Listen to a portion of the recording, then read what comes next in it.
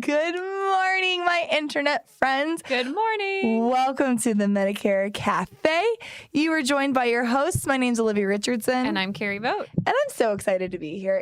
They were just commenting on my nails and how they look like trash right now. This is the first time in I don't know how many years. No one said trash. I said trash. Doing this, that Olivia doesn't have something on her nails. I haven't. She has pieces of something on I her have nails. pieces of things on my nails. Which is even better. That's just letting you know my mental perfection. My mental state of where I'm at. It's perfectly dictated or directed, whatever, depicted by the health of my nails and what they look like.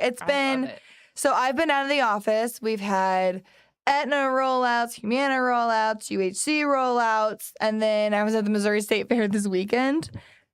Worth it, though? It was fine. It's Missouri State Fair. It's as good, you know what I mean? But it's like a family tradition. Yeah. It is. So I'm running off of coffee, fumes, and real nails. And real nails and just sure power of will at this point. It's great. I love it. I'm doing great. Thank you for asking. Guys, it is. And I love, listen, this time of year is like my Super Bowl, right? It is the prep for AEP is so much, and every single year it has to start early, and we get more curveballs and things getting thrown at us. And so for those of you, we do have our AEP boot camp going on this Wednesday, tomorrow. Oh my God. Wow. Tomorrow here in Columbia, Missouri. So registration has ended. There's no ability to sign up, but do know people. So if you do want to come and you weren't able to get signed up for it, text me. That is my real phone number. Text me at any time. I'm more than happy to respond, answer your questions if you're watching the show live or the recorded version. That is my number. So please, please, please text me so I'm not so lonely. But I was just telling somebody how August is usually one of my slowest months. I feel like I cannot relate. Slowest meeting wise. I am. It's like a prep month. I just feel like certs and all that stuff. But this August has felt like a pregame for AEP. Yeah. Because of the health spring rate increase. Yeah. I've met with 120 people. Yeah. And it's not going to slow down. You know what I mean? Right. So I'm already in the zone. You're in it. Yeah. This time of year is kind of like when a tsunami, all the water goes away because it's all just kind of gearing up for this big thing. That's what we would normally see is appointments be that way. I've been working at night and in the morning, and Glenn just the other day, he was like, It's not AEP yet, right? And I'm like, no, it's not. It's not. Yet. It's going to be, and we're going to see what we talk about, the past couple AEPs have been crazy SARs. They've been crazy disruption. We're not going to see anything different. There will be less SARs depending on your area. Some areas like Missouri, we're seeing twice the amount of SARs we saw last year. So service area reductions was what I mean by SARs. So just depending on the area, a lot of the market is kind of starting to calm down. United Healthcare, we got to go to United Healthcare's rollout last week. If you guys missed our webinar on that from yesterday, please, good morning, Sean. We will have that available on Vimeo because that does have to be password protected, available on our website soon.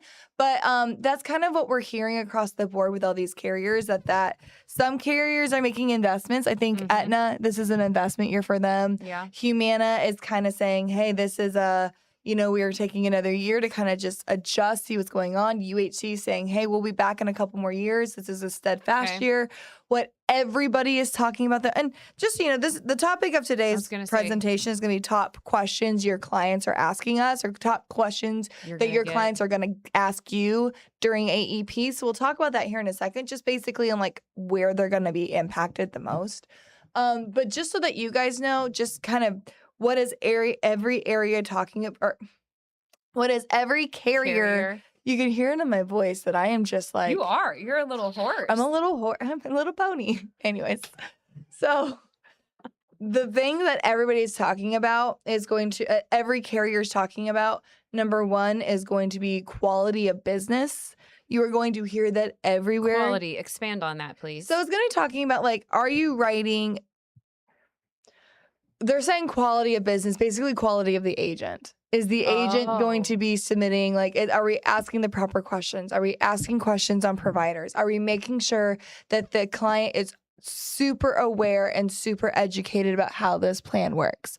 So there's going to be a lot of questions about, do we see rapid disenrollments? Do we see complaints to Medicare? And there's going to be all eyes on making sure that the distribution of product is at a high quality this year, that agents are doing the right thing. Okay. That's going to be a number one criteria that carriers are going to be talking about. And the second one is going to be membership activation, which is something that you guys have seen in the past with HRAs. Carriers have moved. If an HRA was phase 1, we're at phase 2 or phase 3 with a lot of these carriers as far as making member activation a priority for agents.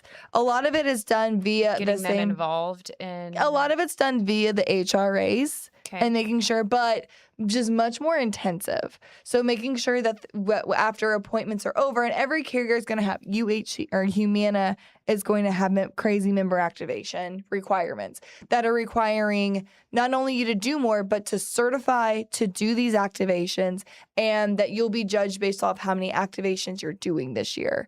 So dumb it way down even farther. What are these activations? So after enrollment, I'm going to be. A lot of times we're calling the carrier, and you're going to sit on the phone with the carrier for 30 minutes. The consumer is to have a conversation with the carrier that you are involved in.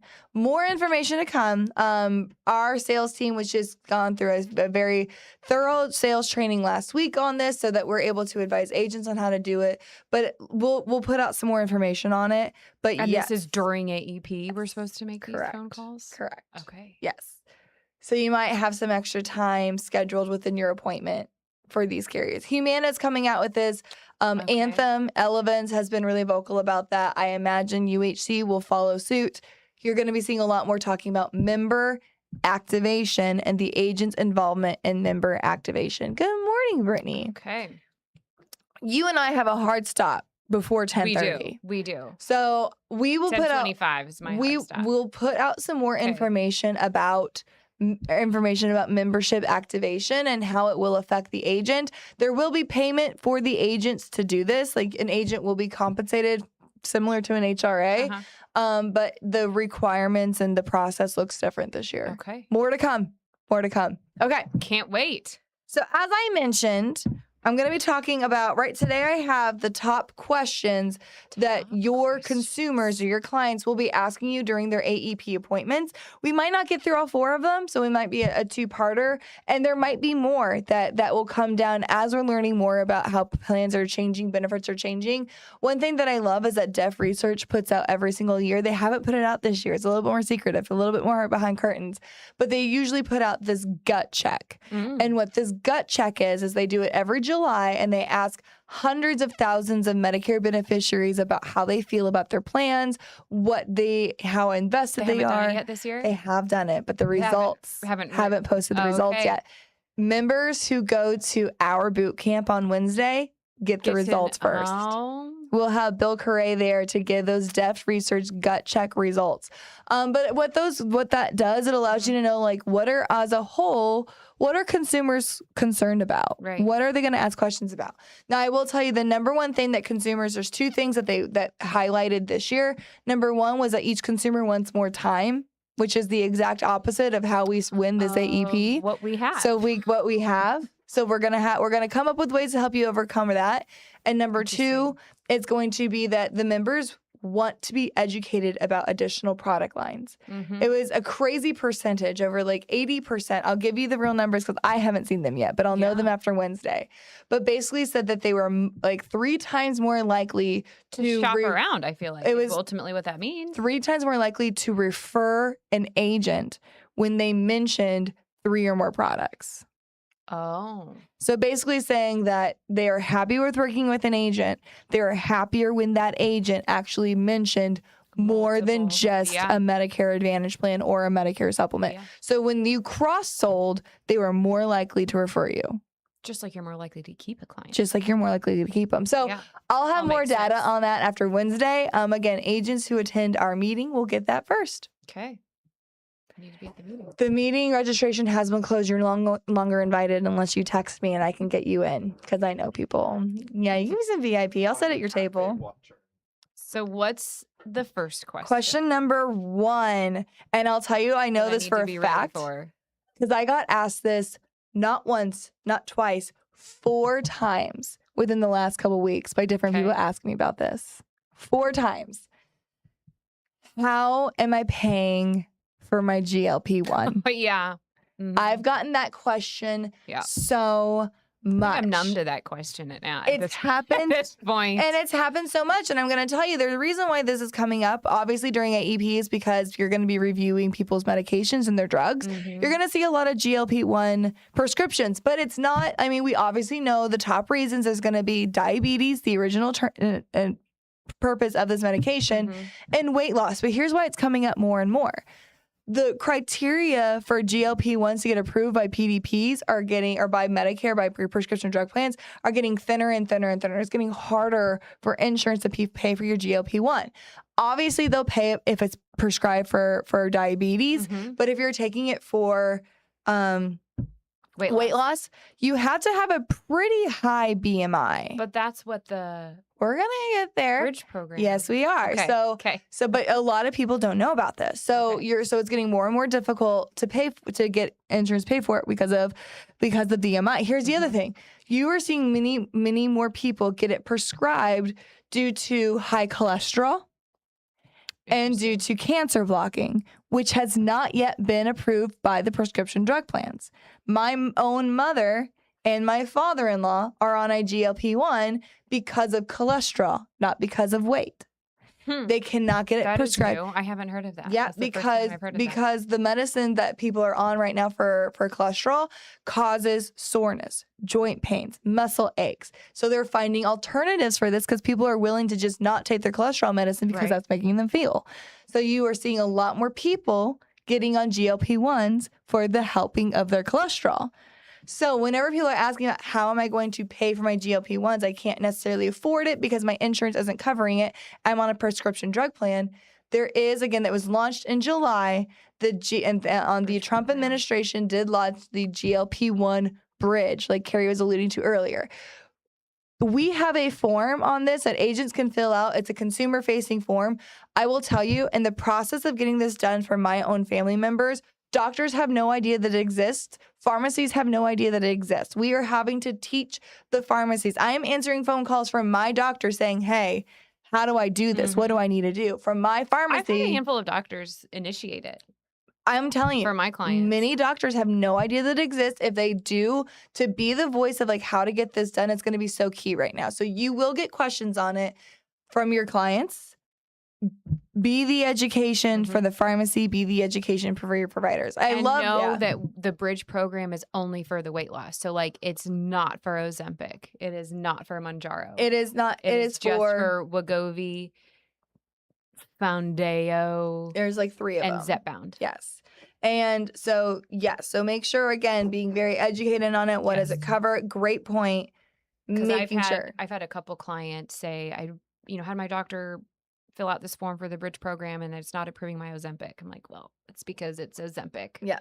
That needs to run through your drug plan, not the bridge program. Well, and it's based off of what it's prescribed for, and you have to have already been declined by your PDP. So like those new criteria that you mentioned for cancer and cholesterol, is that something that could actually like come to fruition and like it would be cleared by like the new plan year? I mean, not by the new plan year. Okay. No, not by 2027. So I was gonna say like no. The formularies are pretty much like set. So we're talking. Yeah, the formularies are set and they're thin. To be clear. So we have, let's see. Your PDP can't be paying for it now to be able to. Exactly. If your PDP is paying for it, the bridge program will not work, and it makes it $50 for that medication. So once they're being declined, once their drug plan says no, we won't cover this for X, Y, or Z reason, then you can go ahead and use it for. There's actually a whole, again, on this one-sheeter that we have. It's not a one-sheeter. Call our teams about it. It's so cool. It is a GLP-1 fact sheet that you have that has your name, your information, all of your stuff on it, and you can send it, and it gives them a full walkthrough of when can you use it, how to qualify for it, how to take advantage of it. I actually have sent it to both my doctors that are doing it, and they are telling me, I've not heard of this. This is incredible. So my doctors have it with my information on it, and of course, like, my family members who I'm trying to help, I'm saying, send this to your provider, make sure they understand it. So use it, use it, use it, use it. And what's crazy is like, if you look at CMS, like the fine print, the like information on CMS about the bridge program, it says like, initiate this through your doctor. Yes. So why are they not more educated? I mean, ask me about when they launched the Inflation Reduction Act. No provider, no pharmacy had any idea about a MOOP or had any idea about, oh God, what was that thing called? It's still a thing where they could finance their prescriptions. Prescription payment plan. No one knew about the prescription payment plan. Like it's none of their business. All right, we can at least get one more question and maybe two. So the second question is going to be very related. How am I paying for my medication? So you are going to continue to see, again, we're talking a lot about what's going on in the industry as far as financial pressures on Medicare Advantage and prescription drug plans. You're going to continue to see medications that are allowed to be taken off the formulary being taken off the formulary, or making sure that you're going to see fewer and fewer branded medications available and sticking strictly to the generic. You taught me something at one of my like second or third podcasts with you that has stuck with me, and I use it all the time. And I'm so grateful that you shared this with me because no one at SBS had ever shared this with me. Needy meds. That's exactly right. I use needy meds all the time. All the time. And I think like, so that question of like, how am I going to pay for my meds? Because I feel like not just that, but a question related to that I get all the time is, I don't take any meds, or I just take these 2 generics. But what if I get prescribed something mid-year? I'm like, well, you know what? Let's run down.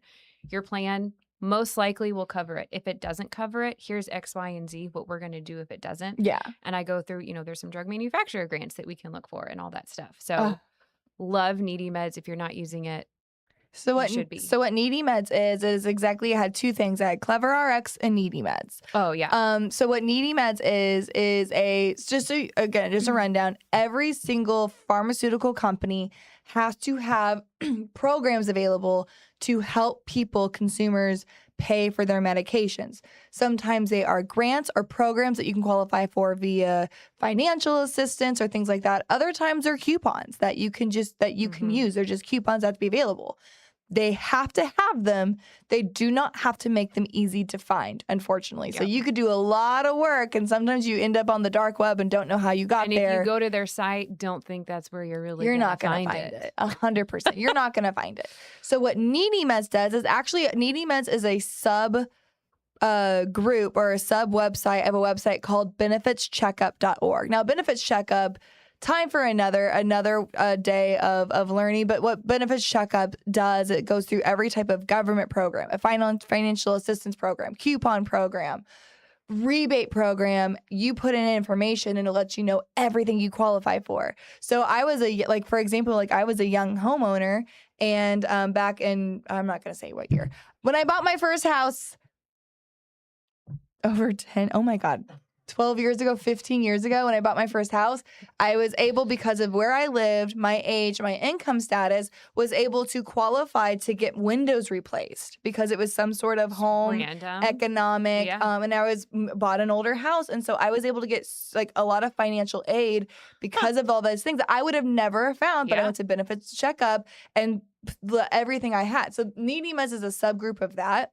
And what it does, it goes and pulls every coupon program, every financial program. Organizes it nicely. It has the link. And my favorite thing is on the highlight reel, it says, to qualify for this, you must be at 300 or 500% of the federal poverty level. Yes. So I'm like, boom, I can tell you right now what's your income if you'd qualify for this. Yes. And it tells you and there's the income calculator that lets you calculate what their percentage of the poverty level is.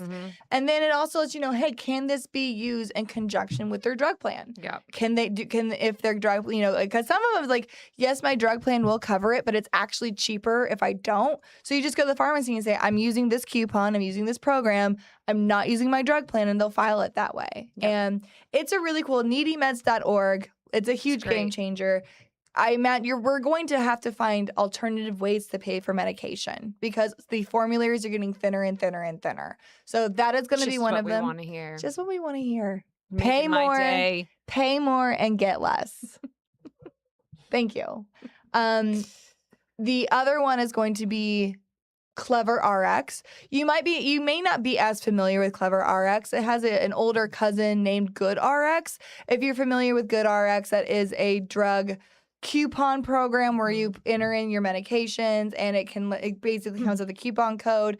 Clever RX is the exact same thing. The reason why I like Clever RX better is, one, they only use agents. Agents get a kickback every time your client screens the QR code, and they don't resell the client's information. Helpful to know. So Good RX was purchased by a large under 65 FMO / call center. That helps. Several years ago. Okay. So anytime your clients are using Good RX, they are now a lead for a call center. They started off in the under 65 business, quickly became... I'm learning so much today. They're owned by Go Health. Like everybody knows the Go Health. So again, when they use Good RX, they are becoming a lead for a call center. So using something like Clever RX, which again only uses agents for their distribution, gives agents the power. Agents get their own QR codes. It does everything in their power to make sure agents are the ones distributing this product, and you get paid for it too. So Needy Meds, Clever RX, those are going to be extra programs in addition to prescription drug plans that are going to help offset the rising cost of medications and lower coverage with your drug plans. It's going to be fine. We're going to do great. Fine. This is going to be the year for, this is going to be, every single year we are showing more and more why agents are so important. And why agents need to be a part of this process. Security, and this is no different. Do they still have to have a medication within the classification group? Not sure if that makes sense. It does make sense. And yes, they do. Every classification group has to have 2 medications listed on it. Unfortunately, what we're seeing a lot of is, again, like anything that has brands, you will not have brand capability. There will be no brands available. And the fact that they're coming out with so many different options of like lower cost medications to cover the same thing, it is likely, again, if a person is prescribed medication, it is very likely that medication, it's not very likely that medication is not going to be available. It very well could. There just might have to be a little bit more hoops to jump through and things to look at whenever, especially if you're getting on those higher tier medications. And when you talk about these formularies thinning, you're talking both PDP and MA across the board? Okay. That's why you're going to continue to see a huge rise in chronic condition plans. Because chronic condition plans are investing in the pharmacies or investing in the pharmaceutical side to pay for things like your diabetes, chronic heart failures. Chronic plans used to just be a thing that like had a special SEP. You might get a couple bells and whistles, but like they weren't as good as the other plans. You're gonna start seeing that shift mainly because of the pharmacies. Babies, when you go to the pharmacy, a chronic plan had the potential to be a better suit than a regular plan for those people. Okay. And that's new. That wasn't the case before. Yep. Okay. Yeah, we're important as we continue to get more non-commissionable plan info. Correct. Now, what we're hearing on that note, what we're hearing with these, and we gotta go, but what we're hearing with these non-commissionable plans, we're talking about Aetna just released their non-commissionables. We're gonna. I didn't even look at it yesterday. I was like, just save that for another day. That's not a today problem. Literally was like, I'm not gonna that notification. We're protecting our peace, and we're not looking at that. We're gonna get through the first day of school. What we're doing here's what I'm not worried about.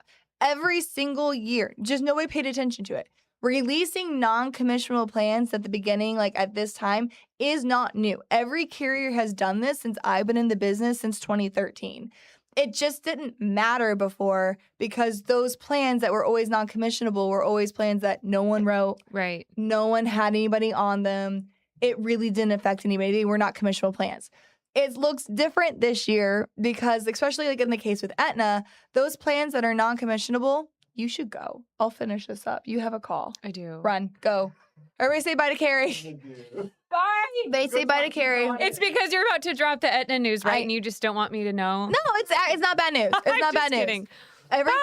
Everything with the Aetna stuff is it's just different because the people who are on the Aetna plans, there's a lot of people on those plans. And so that's why we're paying attention to it. Those plans, they're popular plans. They were sold a ton of them in 2026. They're now non-commissionable. But the reason why they're doing that is because they just don't want new enrollments. They're trying to keep people on those plans. So the renewals, you will still get paid. Those plans are still great options. Talking specifically with Aetna, those plans are still great options. They just want to stop more enrollment. So they're making those non-commissionables. Most of the plans that will have areas that have non-commissionable plans will have new great plans in them as well. So like, yes, that stinks.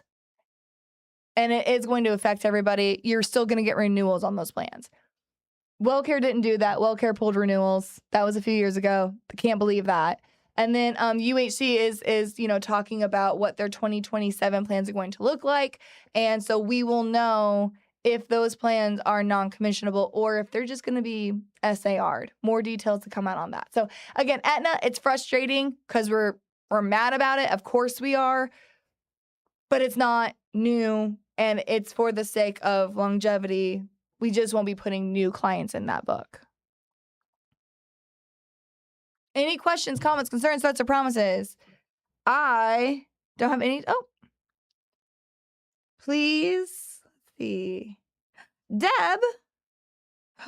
Deb, yes. Deb, it is a face-to-face meeting. I will text you the information on it. It is face-to-face. There's not a remote option. That is our AEP boot camp tomorrow, held in Columbia, Missouri. Registration starts at 9:30. Are you wanting to attend that? It is face-to-face only. And yes, I can send to you the GLP-1 document.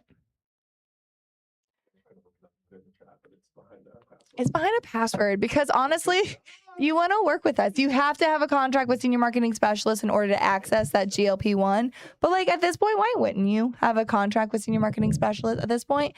We've been friends for a long time. At this point, it's kind of rude. Just kidding. All right, y'all.